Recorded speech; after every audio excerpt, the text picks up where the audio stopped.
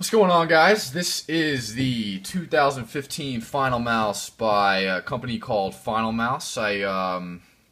There's been a little bit of buzz going on these forums. This is where I saw the mouse, Overclock forums. It kind of seemed like it got leaked on the forums prematurely, and it was already available for purchase on Amazon. So I ordered it with my Prime account, and it arrived 2 days later. So I've actually had this unit for about, I don't know, maybe 2.5, 3 weeks now or something like that. I got it around Christmas time.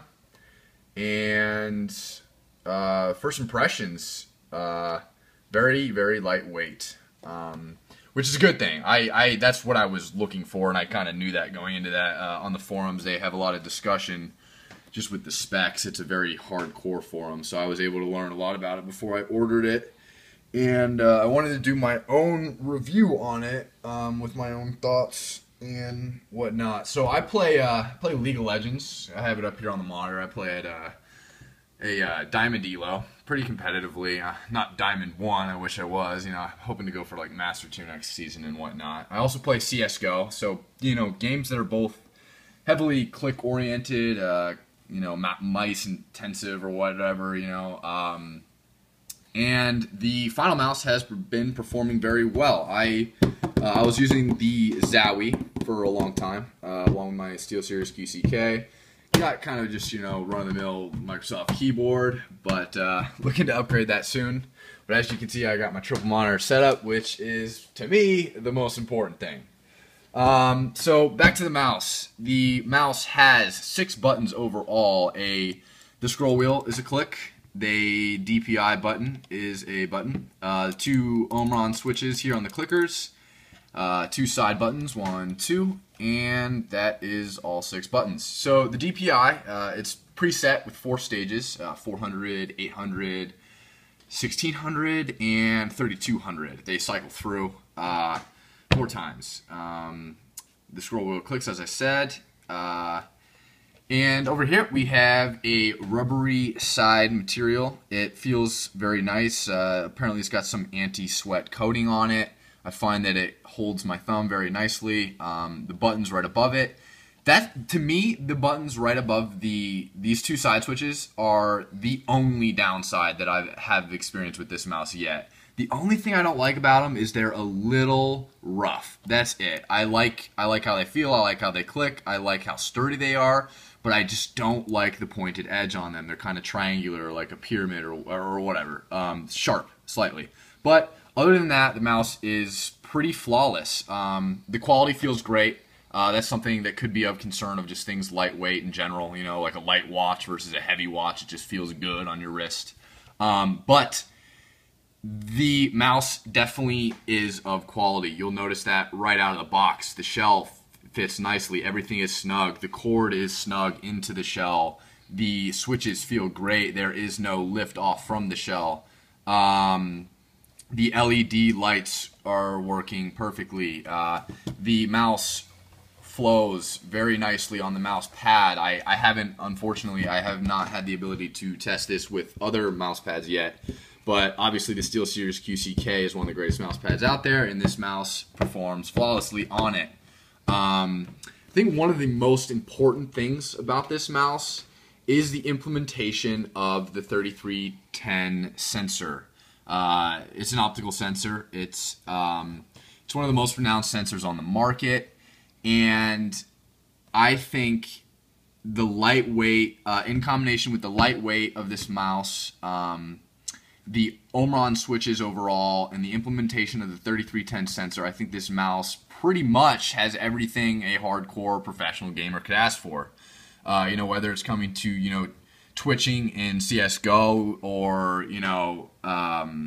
intense team fights in League of Legends or whatever game you play, this sensor is going to perform to, the most precise level of accuracy. What else? Lightweight braided cable. Definitely feels of quality. Something I do like about this mouse that a lot of mice don't have, like the Death Adder, for example, is that the clickers are separated from the shell. So they're like, you can see here, there's a very nice implementation of individual clickers that are separate from the shell. So the switches are independent in the way they move, rather than being, having any tension with the shell. I think the clickers feel pretty phenomenal.